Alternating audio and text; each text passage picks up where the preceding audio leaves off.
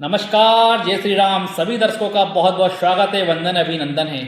आज हमारे खास बातचीत कार्यक्रम में हमारी खास मेहमान भारतीय जनता पार्टी की कर्मठ कार्यकर्ता श्रद्धा मनु चौहान जी। श्रद्धा मनु चौहान जी औरैया जनपद में भारतीय जनता पार्टी में जबरदस्त तरीके से सेवा से, लगन से और ईमानदारी के साथ पूर्ण कार्य करती हैं, जो कि औरैया जनपद से दिव्यापुर विधानसभा, जो कि मात्र औरैया से 20 किलोमीटर दूरी पर है, वहाँ ये निवास करती हैं और बहुत ही ईमानदारी से वर्तमान समय भारतीय जनता पार्टी में कार्य कर रही हैं। श्रद्धा मनु चौहान जी, आपका बहुत बहुत स्वागत है हमारे कार्यक्रम में। भैया जी, आपका बहुत बहुत धन्यवाद कि आपने खुद जैसे छोटे कार्यकर्ता, भारतीय जनता पार्टी के छोटे से कार्यकर्ता को आपने इस खास बातचीत के कार्यक्रम में आपने मुझे इनवाइट किया। आप अपने आप को छोटा न माने, आप बहुत बड़ी नेता हैं और बहुत आगे जाएंगी। जी भैया, आभार। आज हम आपसे कुछ खास सवाल करेंगे, हमारे सभी दर्शकों को आप जवाब देंगे। आप तैयार हैं? जी भैया, बिल्कुल।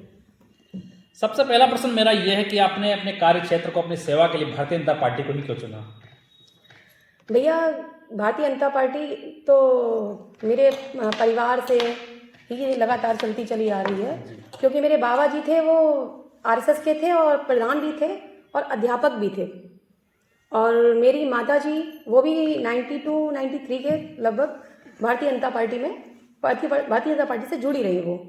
तो यही विचारधारा मेरी उनसे ही मुझे मिली कि भाजपा ज्वाइन करिए, तो हमने 2014 में भाजपा ज्वाइन की थी।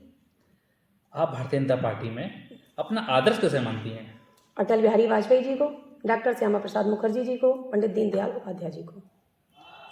श्रद्धा मनु चौहान जी, देखा जाता है कि आप बहुत ही निरंतर कार्यशील रहती हैं, निरंतर कार्य करती रहती है भारतीय जनता पार्टी के लिए, और हाल ही में भारतीय जनता पार्टी के जिलाध्यक्ष जी के द्वारा एक नई कार्यकारिणी का गठन किया गया, लेकिन आपको कोई विशेष उसमें जिम्मेदारी नहीं दी गई। इसका कारण क्या रहा?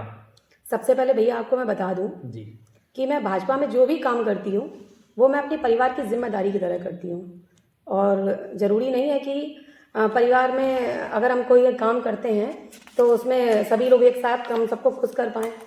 और मुझे नामित सभासद बनाया, भाजपा ने ही बनाया, भारतीय जनता पार्टी द्वारा ही नामित किए गए। आप इस पद से खुश हैं? हाँ जी, बिल्कुल। जिलाध्यक्ष से या भारतीय जनता पार्टी के किसी भी बड़े नेता से कोई आपको शिकवा नहीं, बिल्कुल नहीं। बहुत अच्छी बात है। और आजीवन मुझे कोई दायित्व ना मिले फिर भी मैं भाजपा के लिए इसी तरह लगातार काम करती रहूंगी। यही कारण है कि भारतीय जनता पार्टी आज आगे क्यों है। उसमें कार्यकर्ता का ये विचार होता है कि मुझे कोई पद मिले या न मिले, लेकिन मैं पूर्ण ईमानदारी के साथ, लगन के साथ कार्य करती रहूंगा या रहूंगी। आपने देखा दर्शकों, श्रद्धा मनु चौहान जी के विचार, मुझे कोई पद की लालसा नहीं, लेकिन मैं कार्य भारतीय जनता पार्टी में ही करूंगी। ये मुझे माता जी द्वारा प्रेरणा मिली है अपनी। बहुत अच्छी बात है। उन्होंने मुझे हमेशा सिखाया कि जब उन्होंने भारतीय जनता पार्टी मुझे ज्वाइन करवाई थी तो उन्होंने मुझसे कहा था कि भाजपा ज्वाइन कर रही हो, लेकिन जब तक राजनीति करना केवल भाजपा के लिए करना, भाजपा के लिए समर्पित रहना, उसके अच्छे में उसके बुरे में, सरकार रहे या ना रहे, लेकिन भाजपा के लिए काम करती रहना। मेरी माता जी भी बहुत पुरानी कार्यकर्ता थी और उन्होंने बहुत लालच नहीं किया, वो जिले की टीम में ही रहीं, और वो भी तब रही जब अनिल गुप्ता जी के कार्यकाल में। वैसे उन्होंने पूरा जीवन भारतीय जनता पार्टी को समर्पित कर दिया, बिना किसी दायित्व के, कोई जिम्मेदारी नहीं थी उनके पास। आपकी भारतीय जनता पार्टी की सरकार प्रदेश में भी है, केंद्र में भी है जी। अगर महिलाओं के सम्मान की बात की जाए जी, तो महिलाओं का क्या सम्मान है भारतीय जनता पार्टी में? आप हमारे दर्शकों को बताएं। भारतीय जनता पार्टी ने जो माताओं को, बहनों को सम्मान दिया है वो किसी और पार्टी में नहीं मिल सकता। हमारे मोदी जी द्वारा जो आरक्षण मिला, भाजपा द्वारा मिला, वो केवल हमारे प्रधानमंत्री जी द्वारा बहुत सारी चीज़ें ऐसी चलाई जिनसे आज हमारी महिलाएं बहुत सुरक्षित हैं। हम लोग किसी भी टाइम बाहर आ जा सकते हैं। हमारे दिव्यापुर में ही देखिए, बहुत सारी जगहें ऐसी थी, हम तो यहीं पे पैदा हुए हैं, तो हमने खुद देखा कि जब ये सपा की सरकार थी तो लड़कियां निकल नहीं सकती थी 5 बजे के बाद, और आज ये कि हम लोग रात के 12 बजे 1 बजे घूमते रहते हैं, कोई प्रॉब्लम नहीं है। आगामी 2027 में विधानसभा के चुनाव है, पूर्ण तैयारी के साथ सभी पार्टियां लगी हुई हैं जी। ऐसे में आप विधानसभा सीट को कैसे, दिव्यापुर विधानसभा सीट को कैसे निकालेंगे? हमारी उत्तर प्रदेश सरकार और केंद्र सरकार द्वारा इतनी अच्छी योजनाएं चलाई हैं कि उन्होंने हर वर्ग को बहुत सम्मान दिया है और किसी भी जाति में भेदभाव नहीं किया। जी। लोग टारगेट करते हैं कि मुस्लिमों का विरोध करती है भारतीय जनता पार्टी, बिल्कुल नहीं करती है। सबसे ज़्यादा योजनाओं का लाभ तो हमारे यहाँ मुस्लिमों ने लिया है, और मुझे लगता है कि इतना सब कुछ अच्छा करने के बाद हमारी सरकार तो पूर्ण बहुमत में आएगी। तो क्या फिर से प्रदेश में भारतीय जनता पार्टी की सरकार बनेगी? जी बिल्कुल। हमारे योगी जी फिर से मुख्यमंत्री इतने बनेंगे। दावे के साथ आप कैसे कह सकती हैं? जहाँ पे देखा जाता है भी एक अलंकार अग्निहोत्री के द्वारा राष्ट्रीय अधिकार मोर्चा के नाम से एक पार्टी बनाई गई है, जिसमें विशेष करके सवर्णों का योगदान उस पार्टी को बहुत ज़्यादा मिल रहा है। जी, इससे तो भारतीय जनता पार्टी का काफ़ी नुकसान होगा। पार्टियां तो बनती रहती हैं भैया, लोकतंत्र है, सबका अधिकार है, हम भी बना सकते हैं, आप भी बना सकते हैं। भारतीय जनता पार्टी का एक क्रेज है। आज बच्चे बच्चे से पूछिए तो वो किसी हीरो का नाम नहीं लेंगे, हमारे मोदी जी का नाम लेंगे, हमारे योगी जी का नाम लेंगे। क्या आपने कभी पूर्व में देखा कि कभी कोई भी बच्चा हो या कोई भी हो, आप लोग पूछते थे कि उत्तर प्रदेश का मुख्यमंत्री कौन है, तो बताने में हिचकिचाते थे बच्चे। आज पूछो तो हीरो बताते हैं मोदी जी को, योगी जी को। और सवर्ण तो भाजपा का शुरू से ही रहा। लेकिन अगर बात करी जाए वर्तमान समय में दिव्यापुर विधानसभा सीट से, जी विधुना विधानसभा सीट से, जी तो दोनों ही जगह समाजवादी पार्टी का कब्जा रहा है। जी। इस हार के पीछे क्या कारण रहा?